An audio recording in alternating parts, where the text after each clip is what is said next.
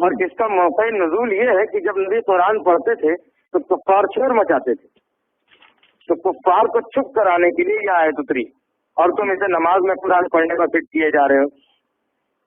مولوی صاحب پتہ ہے آپ لوگوں کی؟ او مولوی صاحب، ہاں بولیں۔ یہاں بحث اس کے شان نزول سے نہیں ہے، اس کے اطلاق اور حکم سے ہے کہ اس کا اطلاق اور حکم کہاں ہو رہا ہے۔ آپ کو معلوم ہوگا کہ صحابہ پہلے حالت نماز میں بات کرتے تھے، پھر آیت کریمہ اتری وقوموا للہ قانتین، اپنے رب کے حضور خاموش کھڑے رہو۔ پھر صحابہ نے باہم مشورہ کیا کہ اب خاموش کھڑے رہنے سے تو بہتر یہ ہے کہ ہم لوگ قرآن ہی پڑھیں، چنانچہ قرآن پڑھنے کا رواج شروع ہوا۔ تو پھر یہ آیت کریمہ اتری وَإِذَا قُرِئَ الْقُرْآنُ فَاسْتَمِعُوا لَهُ وَأَنصِتُوا لَعَلَّكُمْ تُرْحَمُونَ، اپنے رب کے حضور خاموش کھڑے رہو، جب قرآن پڑھا جائے کان لگا کر سنو تاکہ تم پر رحم کیا جائے۔ اب تم کہتے ہو کہ یہ آیت کفار مکہ کے لیے اتری، یہی کہا نا بھی آپ نے؟ ہاں میں نے یہی کہا۔ یہی تم لوگ یار قرآن حدیث سمجھتے ہو۔ لعلکم ترحمون سے کیا سمجھا آپ نے؟ تاکہ تم پر رحم کیا جائے۔ اب ایک بات بتاؤ کہ نبی پاک صلی اللہ علیہ وسلم خانہ کعبہ میں قرآن پڑھ رہے ہیں اور کفار شور مچا رہے ہیں، اگر کفار شور نہ مچاتے تو کیا ان پر رحمت ہوتی ہے اللہ کی؟ اللہ کی رحمت کافر پر ہوتی ہے؟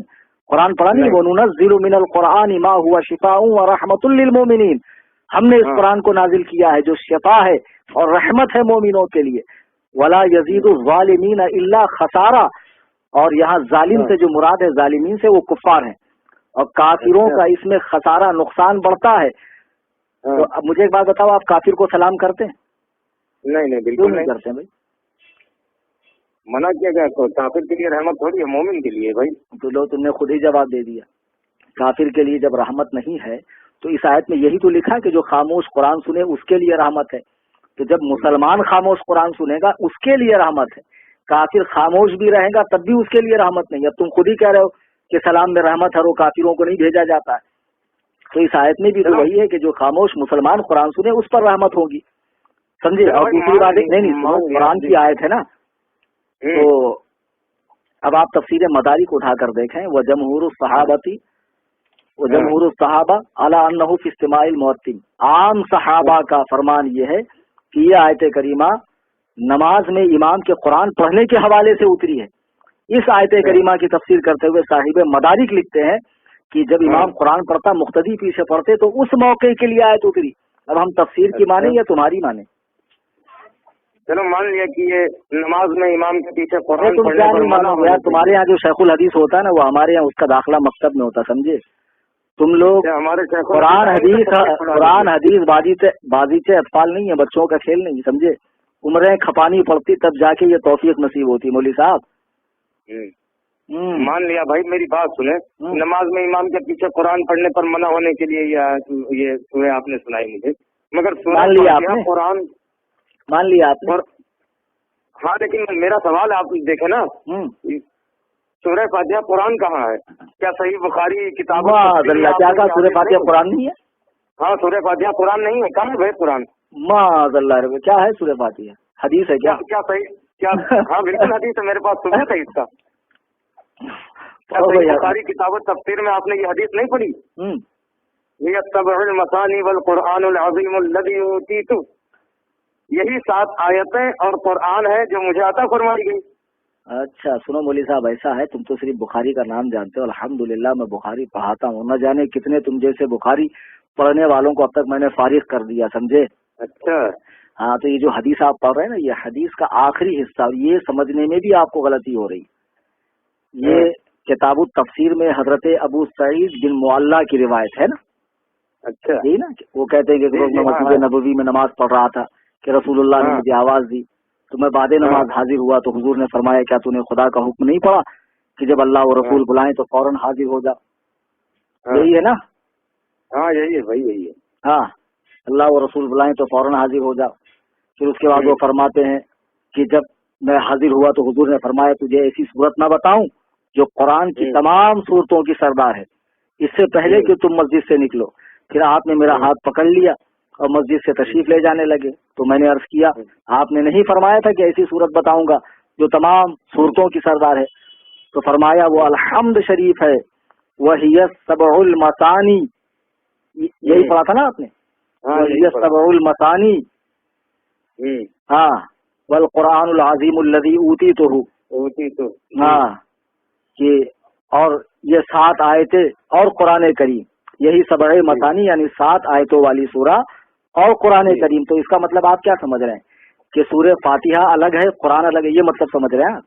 ہاں یہی سمجھ رہے ہیں ہم. لا حول ولا قوت. ایک منٹ مجھے بات بتاؤ، میں نے آپ کو 1 لاکھ روپے دیا اور 5 روپے دیا جی، ٹھیک ہے، 1 لاکھ 5 روپے میں نے آپ کو دیا.